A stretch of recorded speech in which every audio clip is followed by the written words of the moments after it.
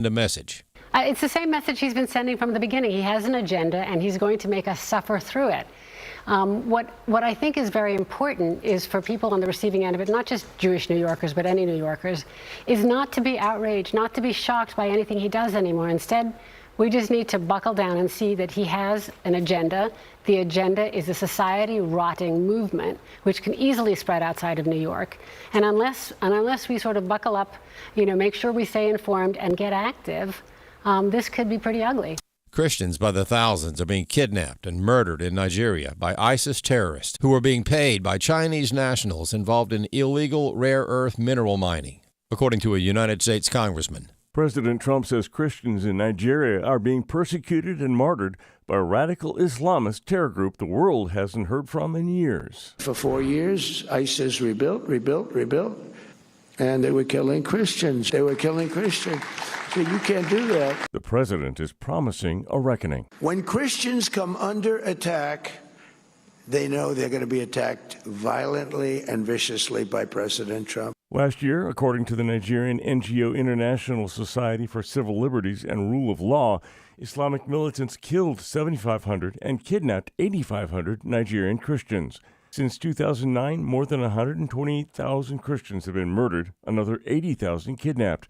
West Virginia Congressman Riley Moore says it's all courtesy of the Chinese. The Fulani militants, these Islamic militants we've been talking about, they're getting paid by the Chinese who are operating illegal mining operations in Nigeria. He says the Chinese are after so-called rare earth minerals essential to the artificial intelligence boom. And they will bribe people in that state to be able to mine, and then the protection money is then paid to the Fulani militants, who then use that money to then go murder and martyr Christians within Nigeria. I'm Steve Jordan. For American Family News, I'm Rusty Pugh. Hey friends, I want to invite you to our Call to Care Equipping event on Saturday, June 13th in Plano, Texas. If you're a ministry leader, a pastor, counselor, or someone who feels called to help others, this is the event for you. Our theme this year is From Hurt to Hope. You can join us in person or online, so sign up today at hopefortheheart.org/events or text the word event to 70919 to learn more.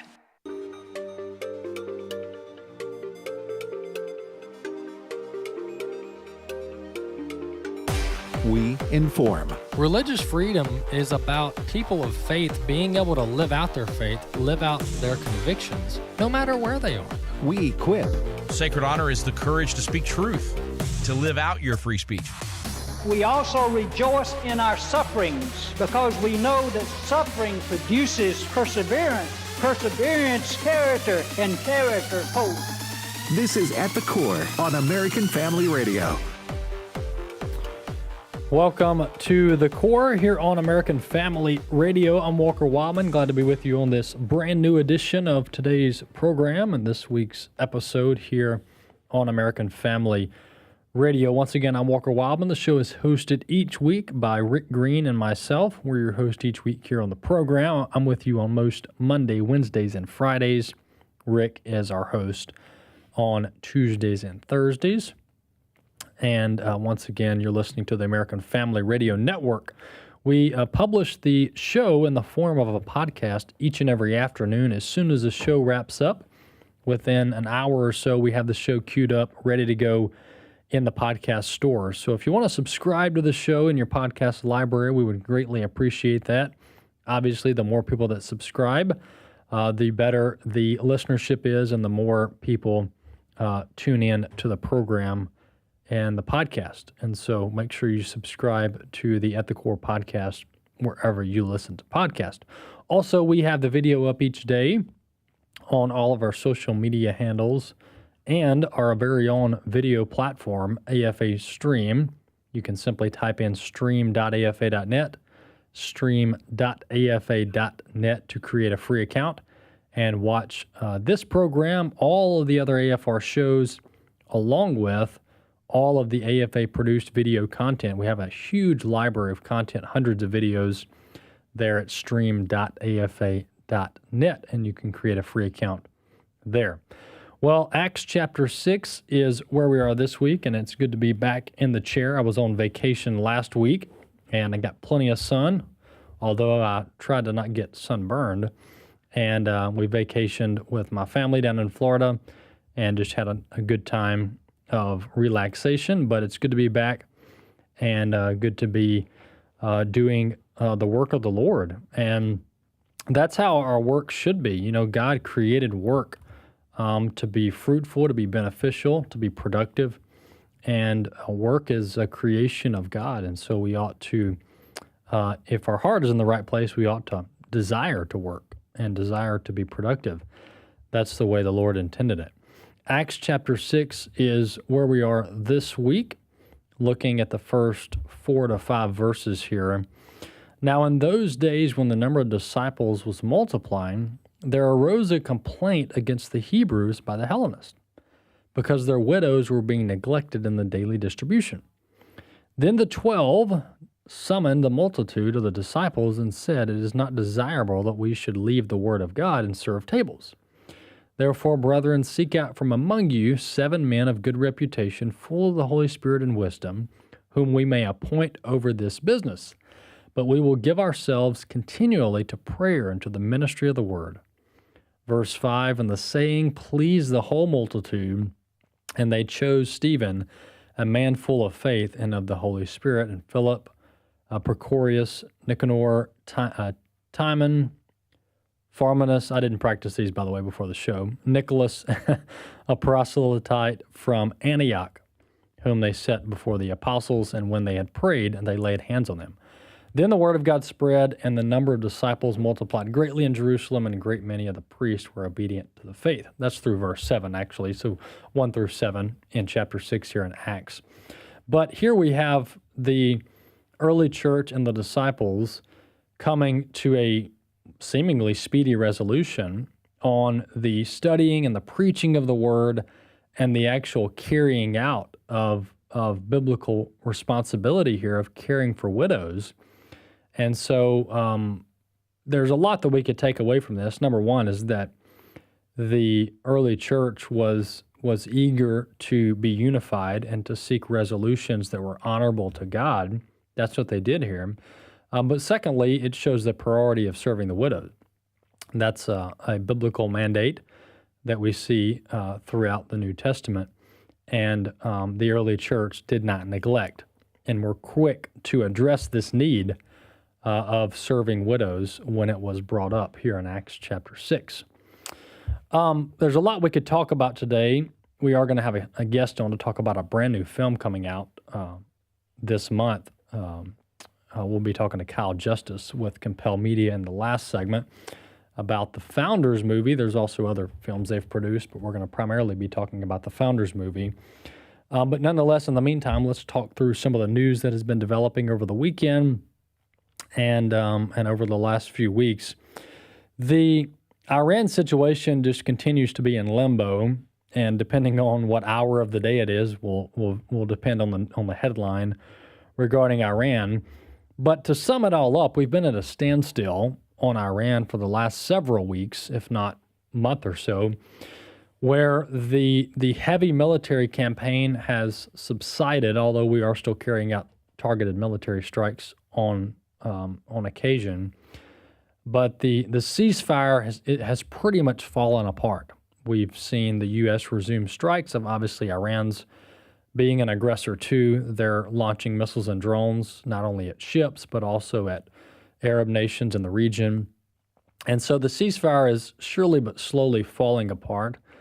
And I'm rather surprised it held together as long as it did. But nonetheless, my position for the last several weeks has been and continues to be that there will be no Iran deal in a traditional sense. All right, and this is not this is really what I'm going to say is not really a controversial opinion if you look at things objectively here. The reason I say there will be no Iran deal is not because I don't want there to be an Iran deal or I want the president and the United States to fail in any circumstance. Absolutely not.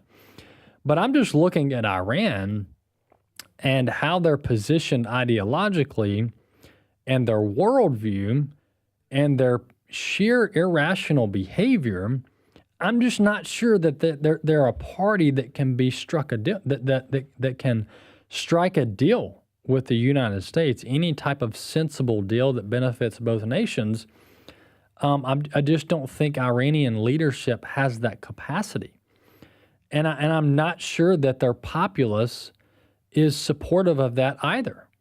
I think, yes, there are quote, freedom-loving people in Iran. Absolutely there are. And there's also a relatively large number of Christians, probably to the tune of close to 1 million or more. But remember, the nation has between 90 and 100 million people. And so this notion that there are tens of millions of Iranians that are just waiting to break free and fight some kind of revolutionary war against the regime, that's just not true. That's not the case. And so there's still a large number, clearly a majority of Iranians that sympathize with the radical mullahs and sympathize with the regime that's in place today. And so, and they've been able to hold control, relatively speaking, and power for the last several months throughout all of this chaos and uncertainty. The regime is still in place. Now, there's new people because we've taken out multiple layers, but Iran has been able to keep some level of, the regime that is, some level of control enough to be in charge of Iran to this day. But I don't think there's going to be a deal.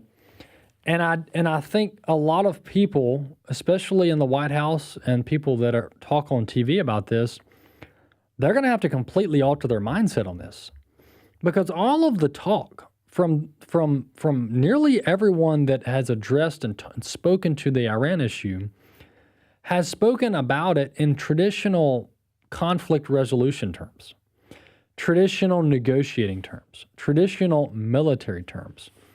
But let me just tell you, if you're not looking at this going, well, this is very non-traditional, this is unorthodox, that's because it is. This is a very, very unique and challenging situation where you have a group of people in charge of a country that don't want to deal. They don't want to deal. They don't want to have peace. They don't want to get along with people in the region. No, that they're bent on death and destruction. That is their ideology. That is their so-called religion. And so when you're dealing with people like this traditional mindset of how to approach this foreign policy, diplomatic, and military conflict, it just doesn't work. I mean, all of this stuff that we teach in our war colleges and our diplomatic classes and everything, all of that stuff goes out the window when you're dealing with people that aren't even interested in their own survival. They're not even interested in their own preservation. And so let's listen to this latest development, and then going into the next segment, we'll continue this to give a little more context. But nonetheless, as of this morning, Iran, per official channels, has said that we're completely done, at least for now, with negotiations with Iran. They're completely leaving the table. This is a clip one. This is going to be a Fox report this morning. Let's listen. This is a major development. Iranian state media reports that Iranian negotiators will stop exchanging messages with American negotiators who are trying to reach a deal to end the war. This comes amid Iranian opposition to the Israeli strikes that are taking place against Iran's largest proxy, Hezbollah, in Lebanon. And as Israeli ground forces advance in southern Lebanon, and Israel's prime minister announced today that strikes will take place against the Lebanese capital of Beirut, the Iranians are now directly connecting the possibility of an agreement with the United States to the ceasefire between Israel and Hezbollah that at this moment has completely collapsed, with Israel striking different parts of southern Lebanon and Hezbollah continuing rocket and drone attacks over the border. And we even heard today from Iran's foreign minister, who spoke publicly about this issue, saying the ceasefire between Iran and the U.S. is unequivocally a ceasefire on all fronts, including Lebanon. So again, the Iranians trying to tie these two issues together, and we wait now to see how the United States and Israel will respond. We've been at a standstill for months now, for over a month minimum, and probably getting closer to 2 now. And the fact of the matter is that there's just no evidence of progress here. All right, there's just no evidence of progress. I mean, the President Trump, and I'm trying to be as nice as I can be without being snarky or unnecessarily provocative here, but folks, there's just no deal here. There's no deal here to date, and there's no hope of a deal to date. And I'm not sure what President Trump and the White House are trying to do with their optimistic messaging, but it's just not tethered to reality, okay? President Trump says even within an hour after Iran says we're done talking this morning, President Trump says, first he tells CNBC he doesn't care whether or not Iran wants to negotiate. And then he follows that up within an hour later saying that Iran is begging to negotiate. And we've got Iranian officials publicly stating on the record, this is not according to anonymous sources, the Iranian officials have said repeatedly, we're not negotiating with the U.S. We're done. We're over it. We're not negotiating with the U.S. So the President Trump has been able to kind of keep this together because there are many people that want a deal and they're optimistic for a deal and for Iran to give up their nukes. But Iran is telling us, they're not going to do it. They're not going to do it. And so the essence of this is at some point, and I think the point is now, the U.S. has to decide, what do we do now? All right, we're dealing with a party in this situation that doesn't want to work with us under any circumstance. They don't want to work with us, of course, unless we give them the kitchen sink. But what do you do in that situation where this is not traditional, like, hey, let's apply economic pressure and then they'll give in? Like that, maybe that works with other countries. Maybe it's worked for the last 50 or 100 years in these diplomatic and military conflicts. But with these folks, it just doesn't work. So when the traditional playbook doesn't work, what do you do? That's the $1 million question.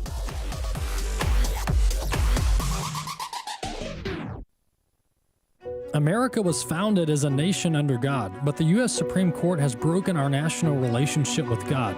Many court rulings have contributed, but 3 stand out. In 1962, the court removed prayer from public schools. In 1963, the court removed Bible reading from public schools.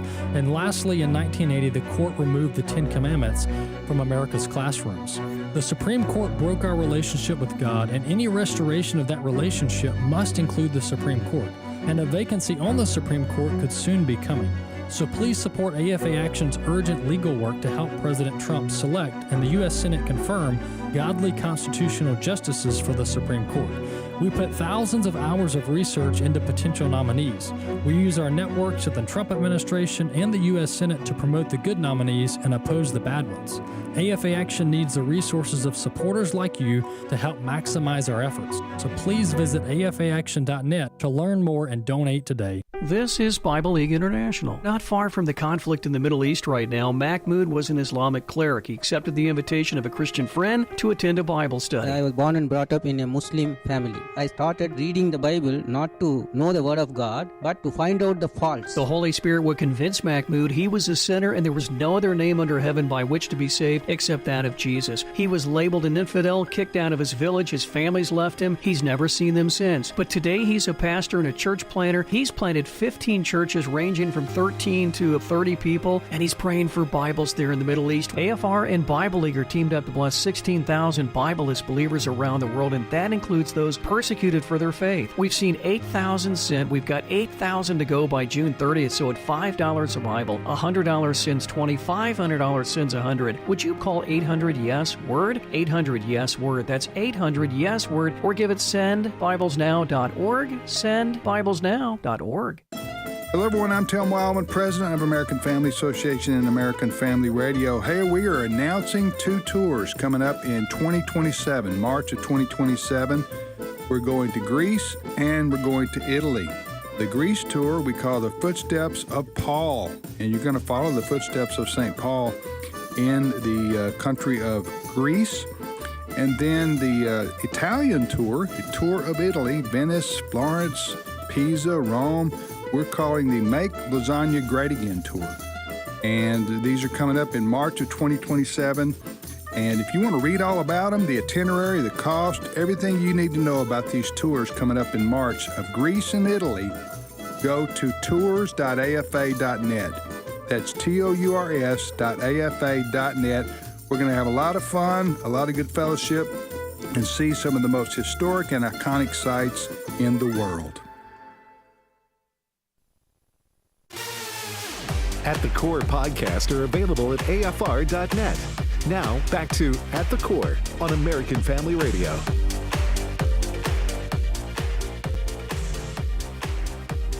Welcome back to The Core here on American Family Radio. Glad to have you with us on today's edition.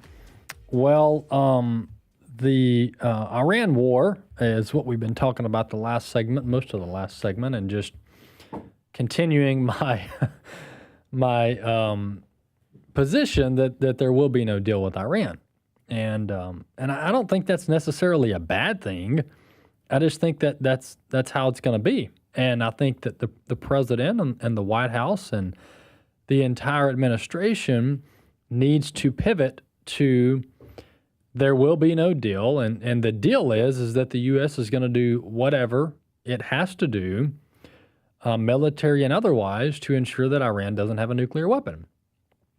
And just leave it open-ended. And by the way, we're going to reopen the Strait of Hormuz. We're going to militarily reopen the Strait of Hormuz, whether you like it or not, Iran. And so we're in charge. We're setting the terms and the tempo, and we're in charge. And of course, we've got to carry through with that. But to me, that's the deal. That's the deal. Assuming we can carry it out. And I just would be surprised if we couldn't carry that out on our own, considering the type of military dominance we've displayed over the last, let's say, 4 to 5 months, including Venezuela, by the way. But I want to play a couple clips here, and these are people that I traditionally agree with, and I agree with their sentiments here, but I just don't think it's realistic. I just don't think at this point this is a wise approach. And what I'm talking about is the folks that are saying we've got to, quote, finish the job with Iran.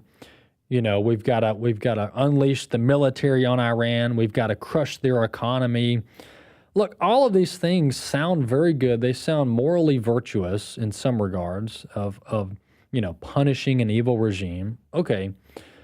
But as far as what is the outcome you're getting from it, folks, I just don't think there's anything we can do to Iran to make their leaders capitulate. I don't know. I don't care whether we're talking about bombing power plants, water plants, oil rigs, oil infrastructure. I don't think there's anything we can do, this is my opinion, to make Iran come crawling to the table saying, we want a deal, whatever the U.S. says, we'll do. I just don't think there's any circumstance in which that happens. And if that's the case, then everything that we're saying, it doesn't add up. It doesn't make sense, and it's not going to lead to anything beneficial for the U.S. This is going to be clip 3. This is well-respected retired General Keith Kellogg, who has, by the way, worked in the Trump administration for several years and advised the vice president in the previous term on military strategy, et cetera.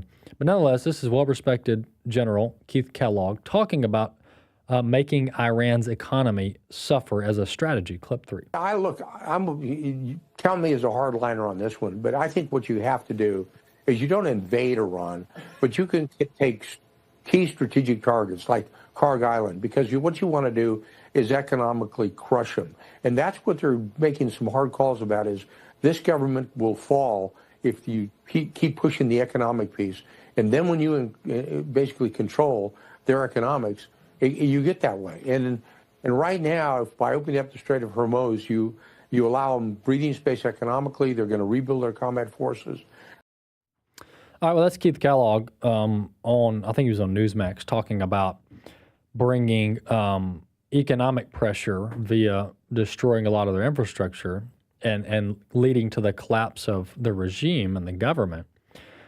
Once again, if you had a party, and when I say party, I'm talking about like a negotiating party, right? The Iranians are one party in this negotiation. If you had a party that succumbed to self-interest, self-preservation, traditionally normal human instincts, right?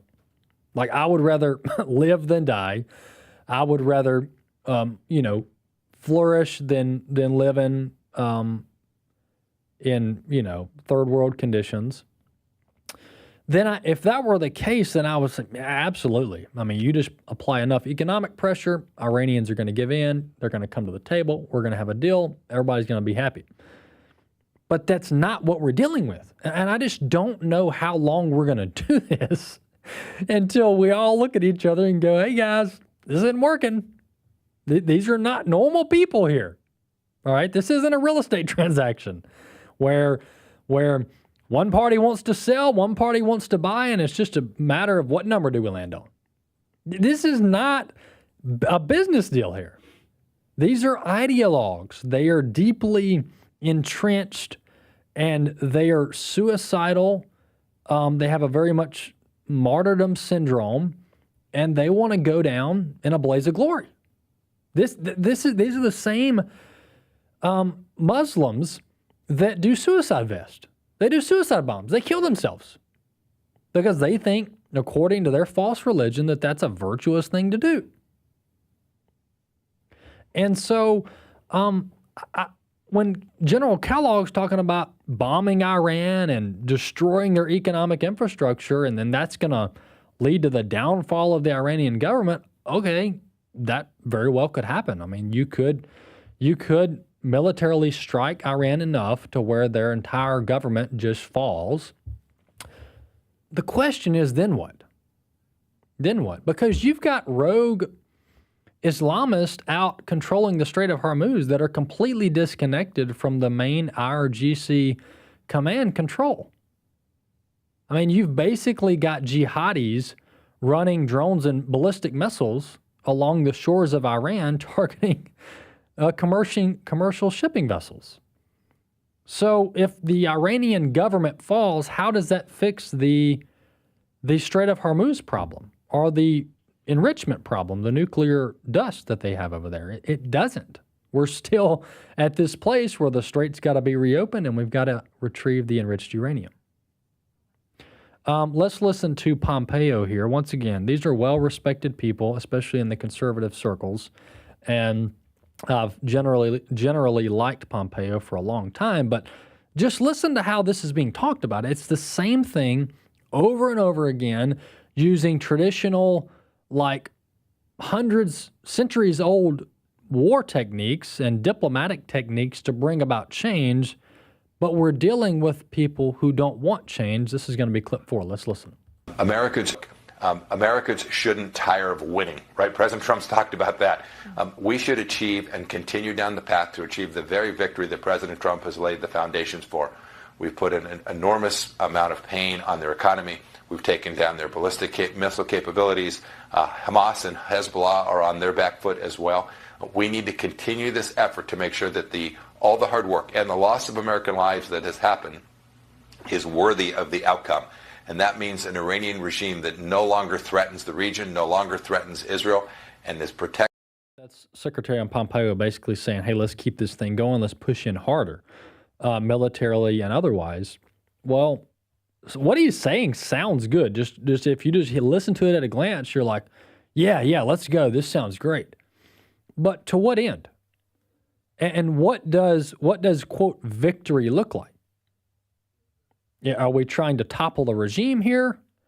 Are we trying to just take out their military? Because if we're just trying to take out their military, we've in large part done that. Not completely, but we've largely done that. And so it's just what you're going to find out is that all of these options on the table that involve continued kinetic warfare with Iran, they all honestly lead to nowhere. They lead to nowhere because remember, we've bombed them into oblivion. We dropped thousands of bombs over the course of weeks on Iran, and their, quote, leaders are as hard-lined as they've ever been. I mean, they're as dug in from a negotiating standpoint as they've ever been. And so I just think at some point, and I don't know who's advising the president on this. Obviously, Secretary Rubio is, and Secretary Hegseth with the War Department, but there's got to be something else, another option on the table here, because we are just exhausting this. We're negotiating. Iran's want a deal. Iran wants a deal. No, are we going to do this 6 months? Are we going to do this 12 months? How long are we going to sit here and tell ourselves that Iran wants a deal when Iran doesn't want a deal? All right, and what other option is on the table here?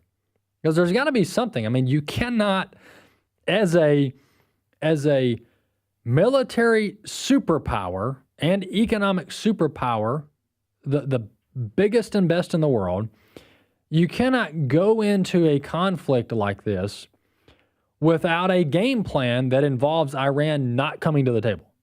Like, this has to have been gamed out. There has to be options in the playbook. What do we do if Iran doesn't want a deal? And how do we execute it and wrap it up? Because we can't just linger with 10,000, 20,000 forces, just linger in the Persian Gulf and the Gulf of Oman for 7 years, just waiting on an Iran deal. And so I'm getting a little worn out, a little impatient with this fairy tale land narrative that the Iranian mullahs are going to fly to Pakistan and meet with President Trump and sign some glory deal where they give us everything that we want, and they no longer seek to be an Islamic regime that wreaks havoc on the region and the world. I just don't see that happening. I absolutely do not see that happening. I think the Iranians would rather see the regime fall, chaos ensue in Iran and the region, than to strike a deal with who they call the Great Satan. They call Israel the little Satan, and the U.S. is the Great Satan. How do you cut a deal with that? And the fact of the matter is you don't. Now, once again, I could be completely wrong. We could turn around in a month from now and President Trump has done some master deal that we're all applauding him for. Very well could happen. But we're on 3 months of this, and by the way, it isn't as if previous administrations haven't tried this. All right, President Obama sent them billions in cash, and we got nothing out of it. We got this flimsy piece of paper called the Iran deal that was unenforceable. It was a joke. We the inspectors lost track of the enriched uranium. Complete and utter joke. We sent them billions of dollars. Completely, the Iranians completely didn't stick to any of it. And President Trump, by the way, tried some of this in the first administration. And so when you factor all of that in, your 3-month timeline on this gets stretched out to something the U.S. has been dealing with for decades. With absolutely no behavioral change at all on behalf of the Iranians. And so this is the equivalent, just to give an analogy here, an example. I mean, this is the equivalent of someone, whether it's a family member or a business partner or someone that you're just wanting to get along with. You desire to get along with them. You want what's in their best interest and your best interest, and you're just willing to bend over backwards and do whatever you can just to get along and be amicable and be happy, and everybody's going to have a good life. And the other party just doesn't want to have anything to do with it. I mean, they are just bent on no contact, no relationship. You're the worst person ever. I don't want to have anything to do with you. Don't talk to me. I'm not coming to the table. We're not negotiating. I don't care what you're going to give me. There will be no deal here. And that is what Iran has been saying for a long, long time. There will be no deal here. And what is the plan if that's the case, which it clearly is? Then what do we do where the U.S. can say, all right, our job is done. We did what we had to do. We did the right thing. We prevented Iran from having a nuclear weapon, and we're done now. We're done. And I don't know what this looks like, but there's people that got elected to fix these problems, namely President Trump and Secretary Rubio and others, and this is their job. They launched this campaign, Operation Epic Fury, and now they have to figure out how to wrap it up. How do you wrap it up? What does it look like? Because I can tell you this. American consumers and American voters paying $4 to $5 a gallon for gasoline, they'll do that for a couple months to be patriots. They'll do it. But you tell me we're going to do that for 6 months, we're going to do that for 12 months, we're going to do that for 18 months, while Iran's not even at the table, they're not going to go for that. And it doesn't matter what kind of moral argument you make, what kind of virtuous argument you make, how much you want to guilt trip them about how you should be willing to pay higher gas prices to keep Iran from having a nuclear weapon. But the fact of the matter is that's going to fall on absolute deaf ears if American voters do not see some end in sight. This whole fiasco in the Middle East requires the American people understanding what we're doing, why we're doing it, and then saying, look, this is just for a couple months. We're going to do what we got to do. It's the right thing to do. Obviously, we don't want Iran to have nuclear weapons. And then we're going to push through to the other side of this. But with the Strait of Hormuz completely shuttered, with Iran still having the nuclear dust, and now Iran's not even at the table anymore, what does this look like? What is the end in sight? And I think the White House owes us that. I think the State Department owes us that. What is the end outcome here? And what do we do if Iran is not even at the table? I think the American people are owed that. We'll be back in a few.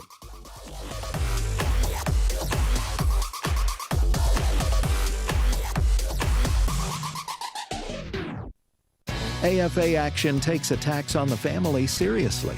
The enemies of the family constantly employ new tactics to try to sneak past our radar. They know if we stand together, their evil plans will fail. Your gift to AFA Action allows us to stay vigilant against their onslaught.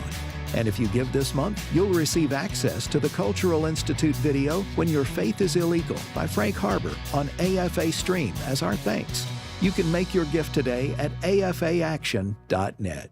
Hello, my name is Andy Miller, and I'm the president of Wesley Biblical Seminary based in Ridgeland, Mississippi. We are developing trusted leaders for faithful churches, and we do that based in the authority of Scripture and in the reality that Christians can be transformed. We do that also through bachelor's, master's, and doctoral degrees. We'd love for you to learn more about Wesley Biblical Seminary at wbs.edu, where we're developing trusted leaders for faithful churches. Okay, here's an assignment for you, if you will. I want you to take some time and think about a getaway that gives you a chance to get together with other people of faith, deepen your walk with God, and make new friends, all while enjoying the Creation Museum and the Ark Encounter in Kentucky. I'm talking about joining AFA at the Ark, October 29th and 30th. This is a great opportunity to break away from the grind of everyday life and draw closer to God through special presentations from Patricia Engler and Brian Osborne of Answers in Genesis. It also includes entrance to the Creation Museum on Thursday and the Ark Encounter on Friday. Friday's dinner includes a panel discussion with Tony Vitagliano, Walker Wildmon, and Wesley Wildmon, Vice Presidents of American Family Association. This is an event that can fill up quickly, so hurry to afa.net/events to register for AFA at the Ark 2026. afa.net/events, and we'll see you at the Ark. This is John MacArthur welcoming you to Portraits of Grace. Your prayers should always exalt God. Jesus illustrated that when he taught his disciples to pray for God's name to be hallowed, God's kingdom to come, and God's will to be done on earth as it is in heaven. Hallowing God's name means to love and reverence God for all his marvelous attributes and actions. Where his name is hallowed, his kingdom will be eagerly anticipated and his will obeyed. So exalt God in your prayers by acknowledging who he is and approaching him with a reverent, humble spirit, one that is yielded to his will. As you do, he will hallow his name through you. This is John MacArthur, hoping you'll join me again for Portraits of Grace.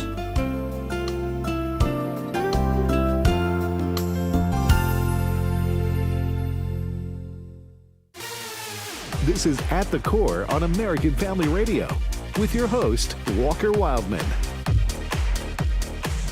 Welcome back to The Core here on American Family Radio. Glad to have you with us on the program. Well, I told you we had some guests coming on to talk about a excellent production that has been put out in commemoration and celebration of America's 250th anniversary. We have with us now Kyle and Sean Justice, brothers, and heading up Compel Media. They're with us now to talk about the Founders movie that's out as of this year, as of 2026, and just in time for the 250th anniversary of America.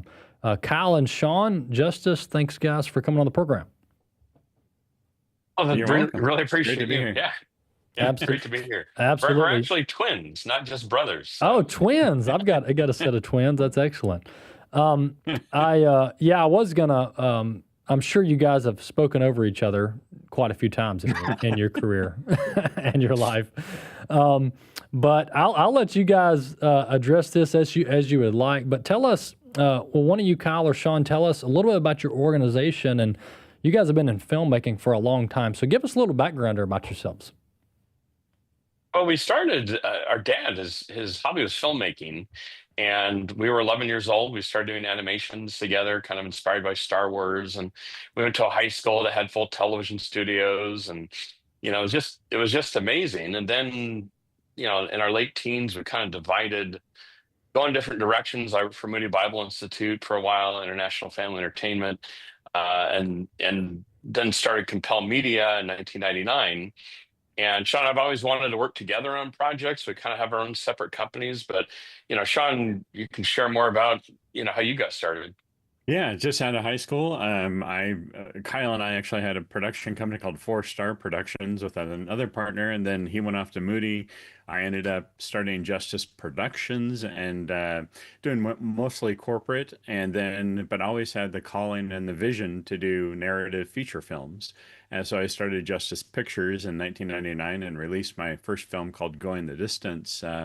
And it was a very strong pro-abstinence message, just through example. And then I did multiple films after that. And, Kyle and I have been best friends since we shared a room together, I guess you could say.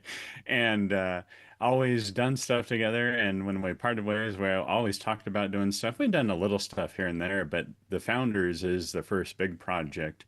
I've been continuing to do films, but I've really gone into generative AI filmmaking tools and just been fascinated by what you can do. And as an indie filmmaker, it makes a huge difference in not compromising your vision, but actually being able to program out and bring your vision to life as you see it. So it's very cool.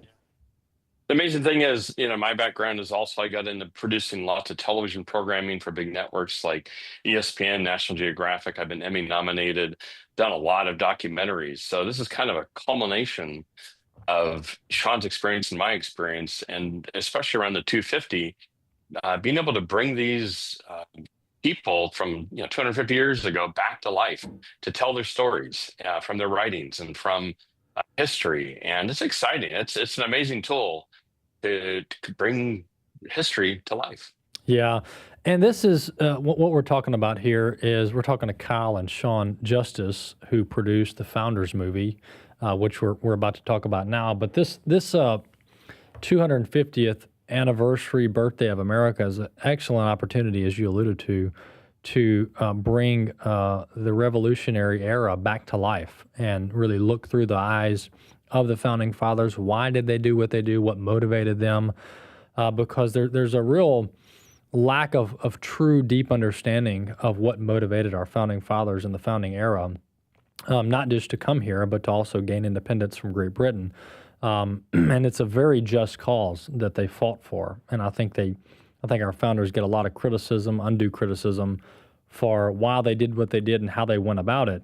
But when you truly understand the motivation here, it's a very righteous and virtuous thing that they did. But let's jump straight into the Founders movie. So, Kyle, we'll start with you. Tell us, when did this vision of this movie come to life? Or when did it birth, rather? Yeah, I've always had strong interest in the founders and their writings and such. I've just finished producing, and it just came out yesterday, in fact, called By Dawn's Early Light. It's a film that traces, we worked with the White House to produce this hour-and-a-half film, and it's about the anti-Christian bias in the government and how Trump established a task force to come and eradicate that out of the government, especially under the Biden administration.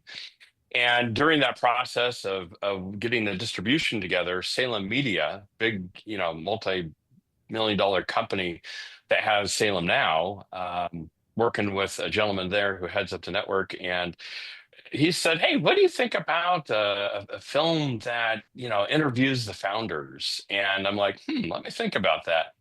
And started to put that ideas together, came to Sean, and because we had been working on some AI projects independently, and it's like, Sean, what do you think about this? And it's like we kind of came up with the whole concept and developed the trailer for it, and so we're looking forward to getting this going and finishing the project, and then not just a feature film, but we want to turn it into a television series because there's so much content to tell. And so we're excited to be working on this. So this is obviously hasn't come out yet, but it's going to come out. Do you guys think that you can get it out in 2026? What's the general timeline here? Well, the beautiful thing about generative AI and being able to bring these characters to life is we can do it in it very quickly. We don't have to pull a bunch of actors together. And on the trailer, people will be able to see that these look like real people that we're talking to. And all the material that we're using for the scripts that we're writing, that's taken from their writings, their sayings, their speeches. So even though it may be them, and it's not just them verbatim talking, we wanted to add kind of a real tentative element to it where, they're thinking about what they did and how they talked. And so it really brings it to life, and you get into, I don't want to say the emotion of it, but you really feel what they feel in the process of that. And of course, the cutaway shots and all of the historical scenes, we can have 300, British infantrymen, approaching on the army, and it's just amazing the scope of what we can do that really brings it to life, as opposed to hiring 10 recreation actors okay guys, we need 10 guys coming here. We can have that, and it's beautiful how it's all turning out. And like I said, you can see it in the trailer, but we're excited. It's like I said, you don't have to compromise your vision on what you see, and bring in an excitement to that time period and just what our founders went through. Kyle, what kind of timeline are you guys going to cover here? During the founding era, but like how early are you going to start in the 17, mid to late 1700s, and then what kind of time span are you looking at? No, you raise a great question because you have the Declaration being done in 1776, but a lot of context went into getting to that point. And so, which Sean and I have talked about, okay, so when these interviews are happening with the founders, when is this? Is it, 1789 or, enough time has passed And so a lot of the interviews, they'll be recollecting back, to, yeah, when this happened, and then we cut away to those times. So, there's definitely a foundation of Christianity that was growing at that time in the nation. Bill Federer, I'm not sure if you guys have featured or talked to him much, but Oh he's yeah. one of the historians has written about this, and he says in our by Don's Early Light, there's this quote, beautiful, that says that, why didn't our Constitution, hold in other countries? Was it so well birthed here in this country? Because of the Christian foundation that we have. And so we want to touch on that, but also the battles and the emotions of like different people wanting different things as they were discussing this. The whole battle that Jefferson went through when he was writing the Declaration. The ideas about slavery and why wasn't that included, and so there's a lot of context. But you can't cover that in 90 minutes per se, and all the battles, and then the Constitutional Congress coming up with the Bill of Rights. There's a lot there. Oh yeah. So there's a thread that we want to tell. And like I said, 90 minutes, I think 120 minutes, somewhere in there. But obviously, we're going to have to jump into more episodes after that. And that's kind of a new model, as it were, with some of the entertainment, is there's a film first and then there's subsequent episodes that follow. Yeah. Sean, have you guys talked at all with Stephen McDowell? I know you mentioned Bill Federer, but have you talked to Stephen McDowell at all yet? Does that name ring a bell? Kyle, do you? I have not. No, we talked to... Yeah, the reason I mentioned that, and I'm totally putting you guys on the spot, but this is live radio. But you guys, since this is still being produced, and obviously there's going to be episodes following, I would encourage you to talk to Stephen McDowell. The only reason I mentioned his name, he is Mr. George Washington expert, like all things George Washington. And I was thinking as Kyle was talking about maybe some of the time frames and the founders like recollecting in the past and kind of looking back on their decision making and things. There's a few times in George Washington's life that really stand out when he's eating dinner at his home at Mount Vernon. Obviously, there's the famous painting of him praying, kneeled down praying, and then there's times where he would pray with the troops, or he would forbid them from using profanity when they were on duty, so to speak. And so there's just a couple of those things of George Washington's life that somebody like Stephen McDowell does a great job recollecting. And if you guys could depict that, it would be phenomenal. And you probably already have, or you're already looking at that.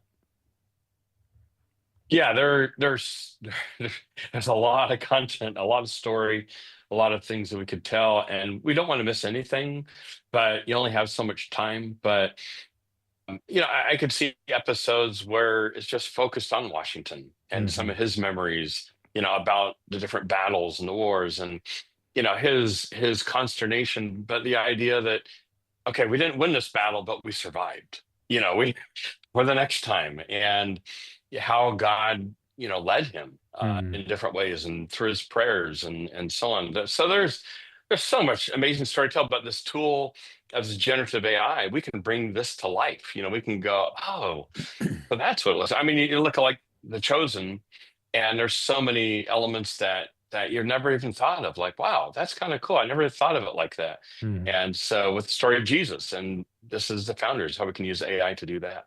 Sean, what kind of release strategy are you guys looking at here? Is this primarily going to be online? Are you looking at partnering with some distribution channels?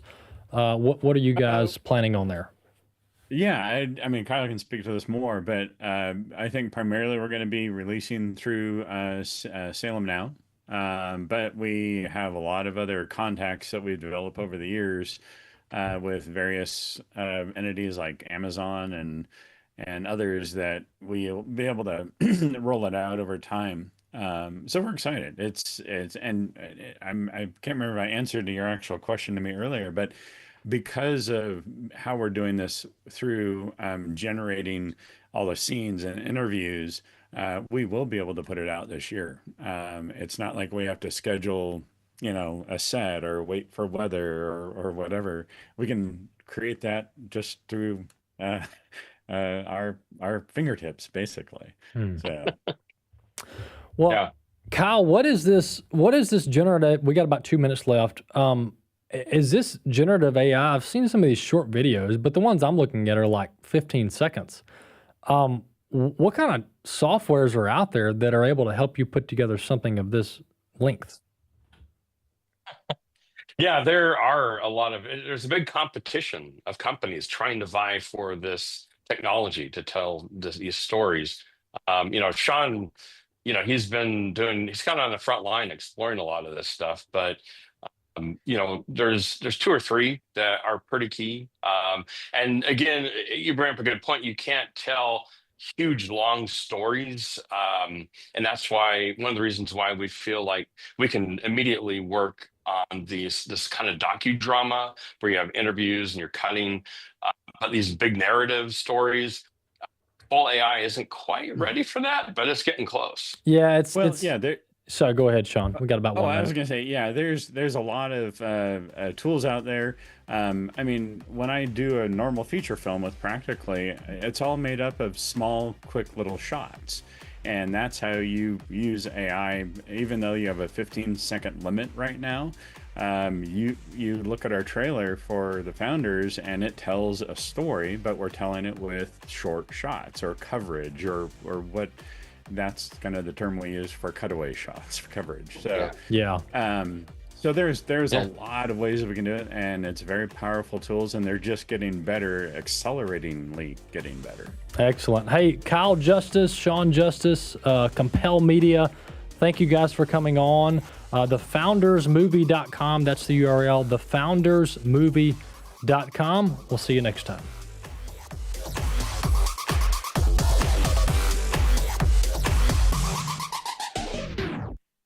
The views and opinions expressed in this broadcast may not necessarily reflect those of the American Family Association or American Family Radio. Faith, family, freedom. American Family Radio. Teenage years can be a time of trial. It can be really difficult, but it can also be the most fun and the best years of your parenting. Dr. Jessica Peck is a pediatric nurse practitioner as well as a professor, author, and mother of 4. Dr. Peck is host of the Dr. Nurse Mama Show, weekdays at 2 p.m. Central, and find her podcast at afr.net. This is American Family Radio, a listener-supported ministry of the American Family Association.